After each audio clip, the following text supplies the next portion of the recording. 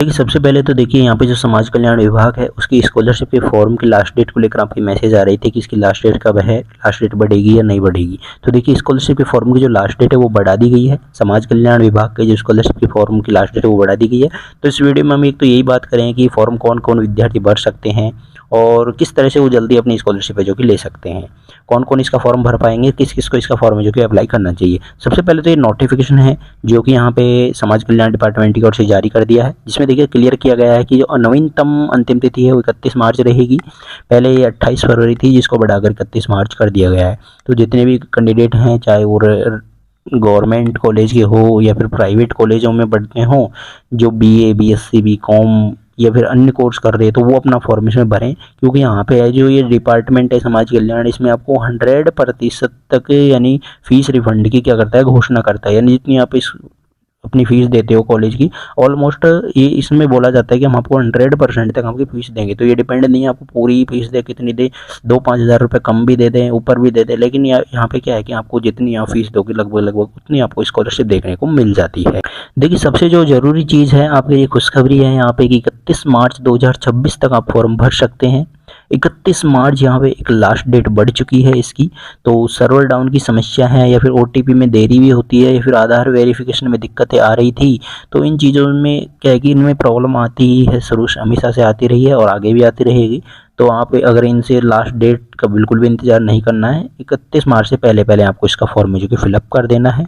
तो जितने भी कैंडिडेट हैं वो यहाँ पे समाज कल्याण स्कॉलरशिप का फॉर्म भरें। यहाँ पे देखिए समाज कल्याण स्कॉलरशिप की फॉर्म की तिथि बढ़ी है, ये सीएम स्कॉलरशिप की तिथि नहीं है, तो इस चीज़ को ध्यान में रखेंगे। ये जो हम बात कर रहे हैं वो एसजे स्कॉलरशिप या फिर आपको जिसको को समाज कल्याण विभाग या उत्तर मैट्रिक छात्रवृत्ति जिसको बोला जाता है। यहाँ पे देखिए कौन कौन विद्यार्थी इसके आवेदन कर सकते हैं। तो SC ST के कैंडिडेट जितने भी हैं, कोई विधवा है, कोई ऑर्फन है, तो वो इसमें कैंडिडेट इसमें अप्लाई कर सकते हैं। तो ये सभी तो यहाँ पे क्या है आवेदन करने के लिए पात्र हैं। ओबीसी कैटेगरी वाले अगर कुछ ही श्रेणियाँ, जैसे अगर कोई भी कैंडिडेट जो कि ओबीसी का है तो अगर वो बीपीएल का कैंडिडेट है तो वो इसमें फॉर्म भर सकता है। अनाथ या फिर विधवा के बच्चे हैं तो वो अपना फॉर्म भर सकते हैं। नेक्स्ट यहाँ पे देखिए परिवार में सरकारी नौकरी नहीं होनी चाहिए। अगर कोई कोई भी कैंडिडेट है जिसके पेरेंट्स अगर गवर्नमेंट जॉब में है तो वो इसमें अप्लाई नहीं कर सकते।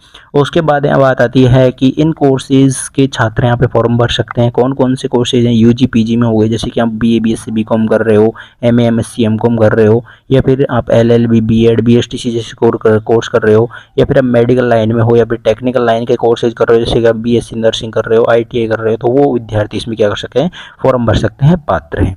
सावधानियां क्या रखनी होती है फॉर्म भरने से पहले, तो आपको यहाँ पे देखिए जन आधार कार्ड में आय प्रमाण पत्र को अपडेट करवाना जरूरी है। तो ई मित्र पर जाना है, 4 पेज वाला आपको आय प्रमाण पत्र मिलेगा, वो उसको अपडेट करवाना होता है। इसमें आपको टाइम लग जाता है 5 से 7 दिन का। इसके बिना आपकी प्रोफाइल है जो कि नहीं बनेगी, तो ये चीज़ें आपको ध्यान में रखनी होती है। इस बार नया पैटर्न भी इसमें लागू किया गया है। वो क्या है, वो ये है कि यहाँ पे देखिए OTR वाला सिस्टम लागू कर दिया है। तो सबसे पहले क्या होता है कि एनएसपी जो नेशनल स्कॉलरशिप पोर्टल है उस पर आपका OTR होगा, 1 टाइम रजिस्ट्रेशन होगा। फिर OTR से क्या हो जाएगा, आपको OTR नंबर मिलेंगे, 12 डिजिट के आई थिंक OTR नंबर होते हैं, और उसके जरिए आप लोग फिर अपना फॉर्म जो कि स्कॉलरशिप का खोल पाते हैं। तो जब भी आप ई मित्र पर जाएं तो उससे पहले ये चीज़ें चेक कर लें आपके पास में फीस रसीद है या नहीं है। 10वीं की मार्कशीट से अपना फॉर्म भरा जाएगा और पिछले साल की आपकी मार्कशीट लगेगी, जो भी आपकी पिछले साल जो जिस भी कक्षा में पढ़े थे उस कक्षा की मार्कशीट अपलोड होती है। जितनी फीस दी है कॉलेज में उसकी सारी रसीद ले जानी है, जाति प्रमाण पत्र ले जाना है, बैंक की पासबुक ले जानी है जो कि आधार कार्ड से लिंक होनी चाहिए, एनएसपी में OTR करवा लेना है तो वो ई मित्र वाला भी कर देगा, आय प्रमाण पत्र ले जाना है और जो जन आधार से अपडेट हो। तो ये चीज़ें हैं।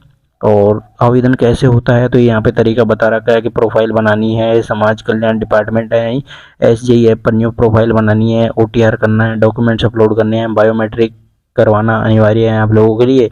अब गलतियाँ कौन कौन सी हैं, किन किन गलतियों से आप लोगों को बचना है, तो देखिए 12वीं की मार्कशीट अपलोड कर देते हैं कई विद्यार्थी 10वीं की जगह, तो ऐसी गलती बिल्कुल आपको नहीं करनी है। 10वीं की ही मार्कशीट अपलोड होगी आपकी। कई विद्यार्थियों क्या होता है कि OTP नहीं आ रहा सुबह शाम तक, तो इन चीज़ों से बचने के लिए आप क्या है कि टाइम से अपना फॉर्म भरो। मार्कशीट की जगह कोई ID कार्ड या फीस गलत ID अपलोड कर दी, तो इन चीज़ों से आपको बचना है। फॉर्म भरने के बाद पोर्टल पर आपको चेक कर लेना है कि फॉर्म आपका अच्छे से अपडेट हो गया ना, कहाँ पर आपका फॉर्म पहुंचा, कॉलेज स्तर पर है, कॉलेज से आगे आगे वेरीफाई हो गया, और कॉलेज में बायोमेट्रिक भी आपको करवाना उसका ज़रूरी है। कोई भी तरह का ऑब्जेक्शन आए तो उसको टाइम से ठीक करना। तो स्कॉलरशिप जल्दी लेने की यही ट्रिक्स हैं कि आप देखिए, एक तो फॉर्म को चेक नहीं करते हो, उसमें ऑब्जेक्शन पड़ा रहता है, आप मंथली बायोमेट्रिक नहीं करवाते हो कॉलेज में, तो कॉलेज वाले अपने फॉर्म को आगे नहीं भेजते हैं, इस वजह से आपकी स्कॉलरशिप में देरी हो जाती है, ऑब्जेक्शन पड़ा रहता है, फिर आपके फॉर्म बाद में देरी होती है, स्कॉलरशिप आने में बायोमेट्रिक की वजह से भी देरी हो जाती है। तो ये इन चीज़ों को आपको ध्यान में रखना है, ये गलतियाँ आपको बिल्कुल भी नहीं करनी है। तो अब देखिए यहाँ पे ये तो अपनी बातें हो गई। अब आपका कोई भी ऐसा सवाल हो जो कि आपके मन में हो स्कॉलरशिप रिलेटेड, तो आप लोग कमेंट करके बता सकते हैं। आपके कमेंट्स का जवाब आपको इस चैनल के माध्यम से दिया जाएगा।